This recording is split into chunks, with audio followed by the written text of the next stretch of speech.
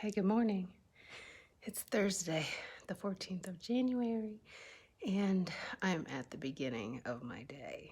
I've prayed, I've read the Bible, I have read another chapter in T.D. Jakes' Destiny, and I jogged a mile, as you might be able to see from my sweat. And after I do this post, I will go and do my morning yoga, as that is the routine that I'm committed to. And it's also the commitment that I've made that actually helps energize my day and set me up for a very positive, wonderful, peaceful, content, um, productive day. Always nice to start your day with positivity. So today, this morning, I was reading from Destiny, chapter 4, and I really like it. It kind of reminded me of lessons that I have had to learn the hard way. It allowed me to kind of look at my life and how I'm living it, to see where I'm in alignment.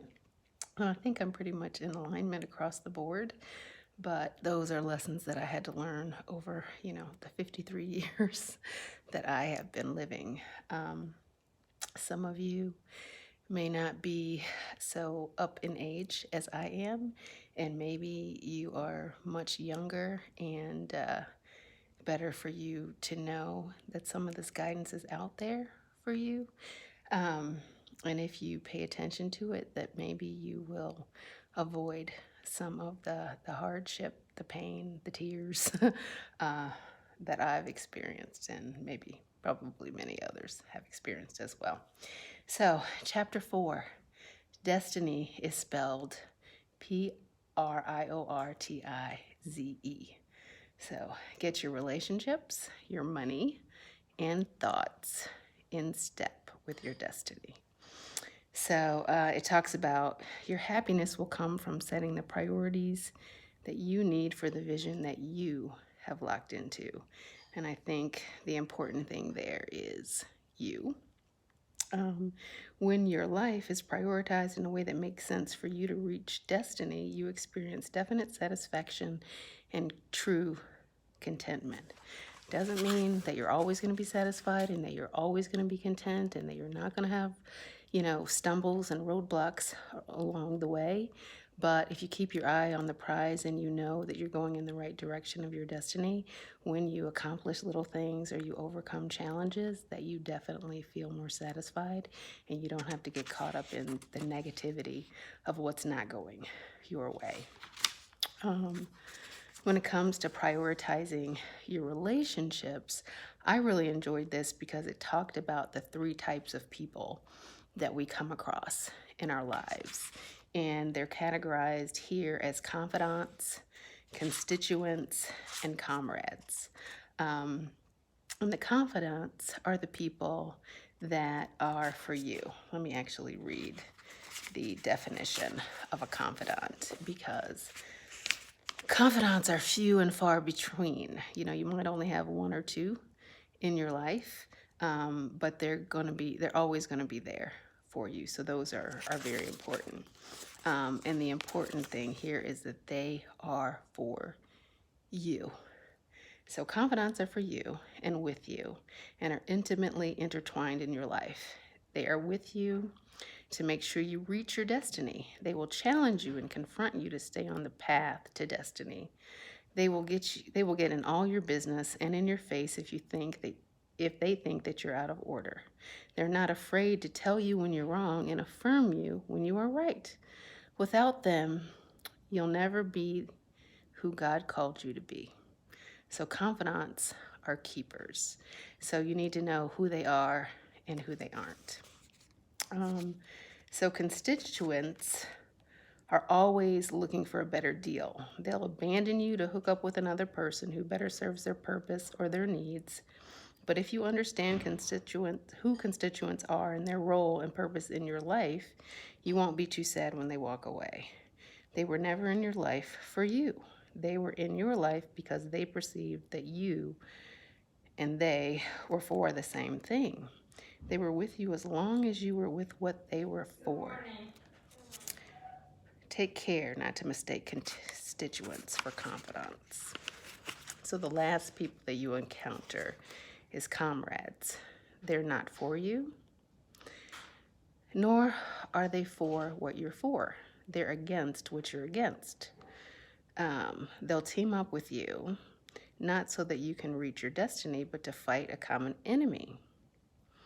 They will only be with you until the victory happens. They come into your life to fulfill a purpose, and when that purpose is fulfilled, they're gone. So you should expect the constituents and comrades to leave you after a while. And if you know who constituents are and who comrades are and the purpose that they fill in your life, then when they leave, you won't be upset about it. This is something that I wish I knew at a much younger age, because earlier in my life, I think that I was definitely naive in thinking that, a friend is a friend forever. I didn't understand that people come into your life for a reason and a season. And so when someone that I thought was my friend left me, didn't want to be my friend anymore, walked away from our relationship, it was very difficult for me. And I kind of,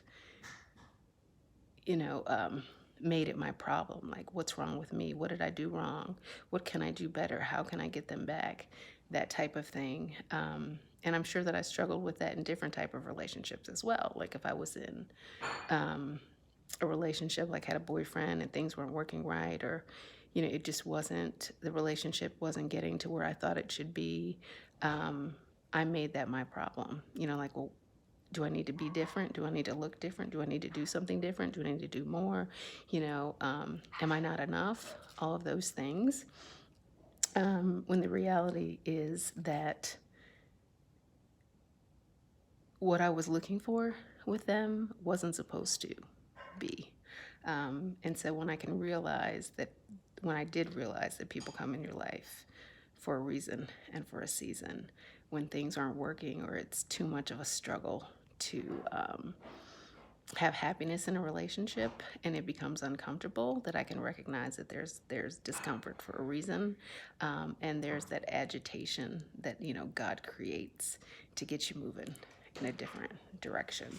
So this book actually talks about that as well. It actually talks about tests that you can give to determine kind of who your confidants are. And so it says you can separate comrades and constituents from someone that has the potential to be a confidant with a simple test. If someone is really with you, they will weep when you weep, and they will rejoice when you rejoice. So if you share some good news with someone and they don't rejoice with you, stop telling them your business. Try it sometime. If you walk into a room and you tell someone about good things that are happening to you, stop celebrating long enough to watch their reaction. If they're not happy for you, shut your mouth, turn around, and walk back out the door. Share your dreams with people who want you to succeed. That's the best advice around. The other tips here are prioritize your finances. Prioritize what's important for you to fulfill your dreams. Meaning that you've got to figure out what's going to make you happy, not what's going to make everybody else around you happy. I'm sure you've experienced this, that, the people who are around you, who love you, like your parents, your sister, your brother, your friends, everybody's got advice for you. Everybody wants to point you in a direction that they think is good for you. And sometimes it's a direction that they think is good for you because it was good for them. But it may not be good for you. So always be true to yourself. Think about what it is that you want in life and pursue that.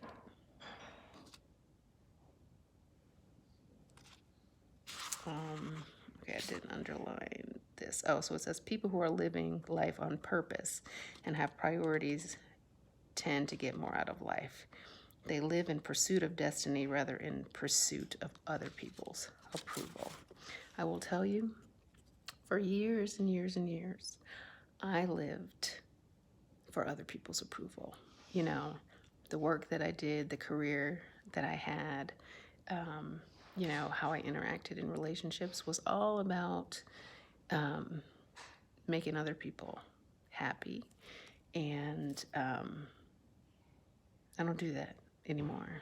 Now I live for me. I do what it is that I want to do. I do what makes me happy, and I don't worry about what other people think about it because I'm the only one that's walking in my shoes. I'm the only one that's living my life. I'm the only one that has to deal with the consequences or the rewards from my actions and my choices. And so I choose to love me and to do the things that bring me joy, all at the same time of, making sure that the things that I do in my life align with what I believe that God wants for me as well. Because it's God who gives me peace and joy. And so can't be anything wrong with that. The other advice is cultivate a great mind and leave small thinking behind. Um, that's really all about don't sweat the small stuff. Don't worry about things that other people can worry about and that you don't have to. If you're really trying to pursue a dream or to reach your destiny, there may be hard things that are far more consequential that require your strength and your energy.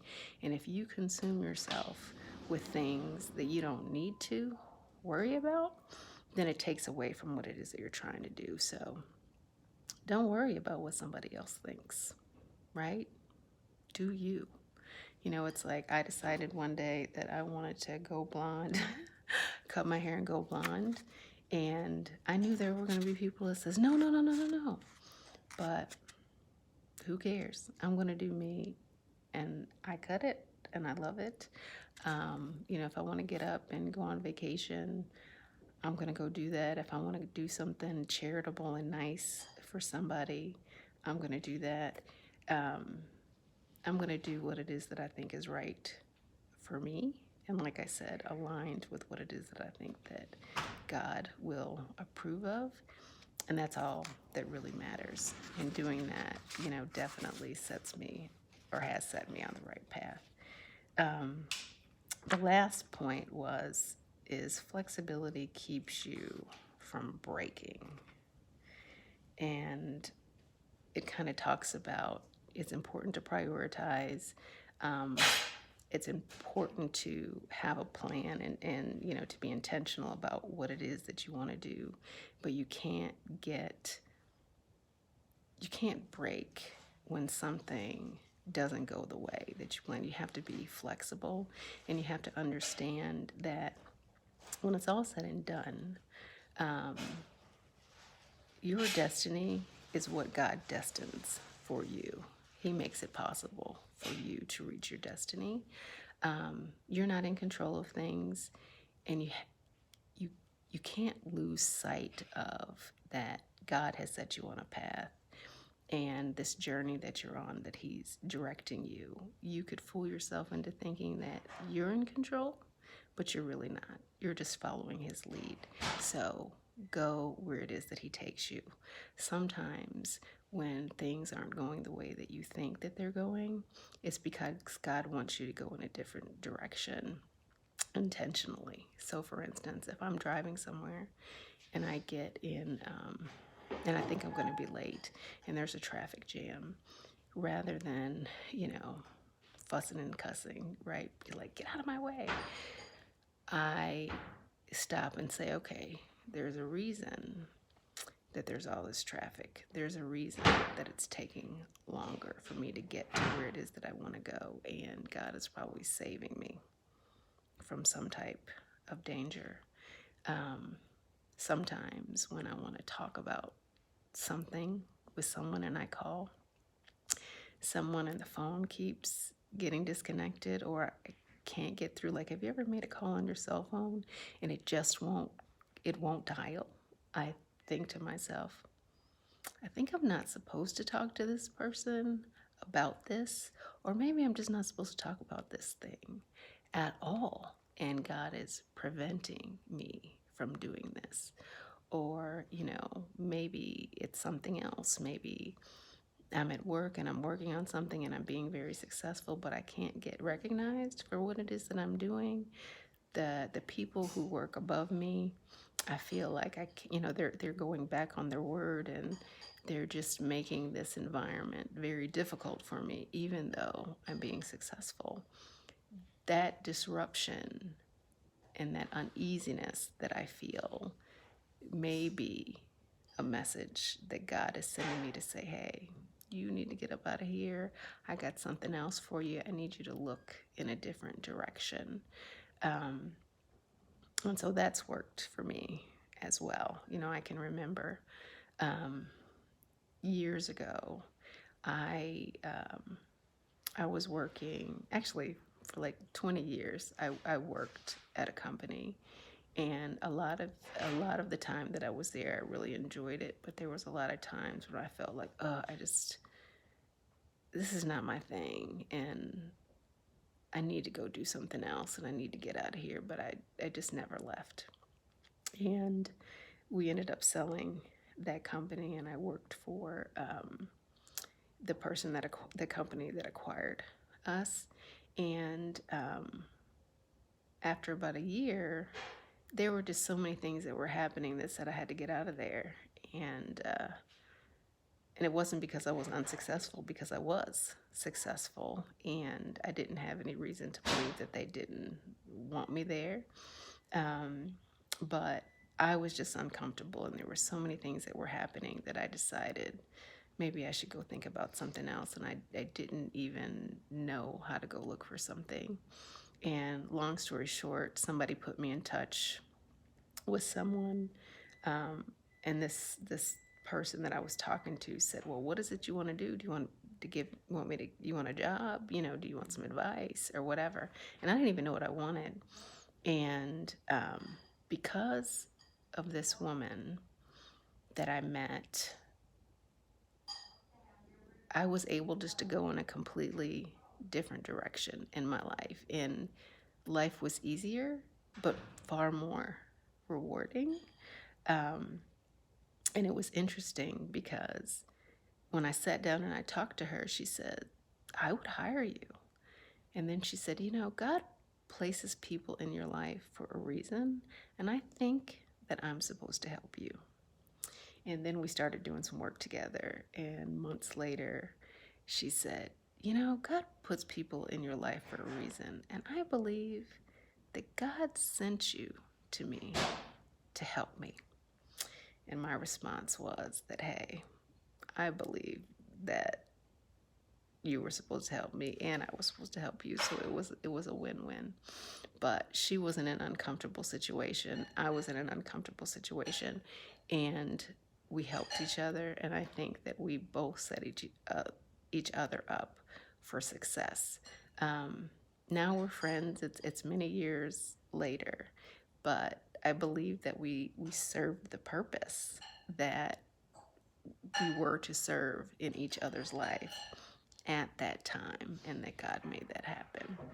And if I hadn't let that discomfort move me, then I would have missed that open door that set me on the path that I went on. And then from there, I was able to make enough money where I was able to actually take a year off to help with my grandson, to be able to focus on myself, to be able to go through this transformation. That was the time in my life that I was able to take. When I took that year off, I lost 140 pounds.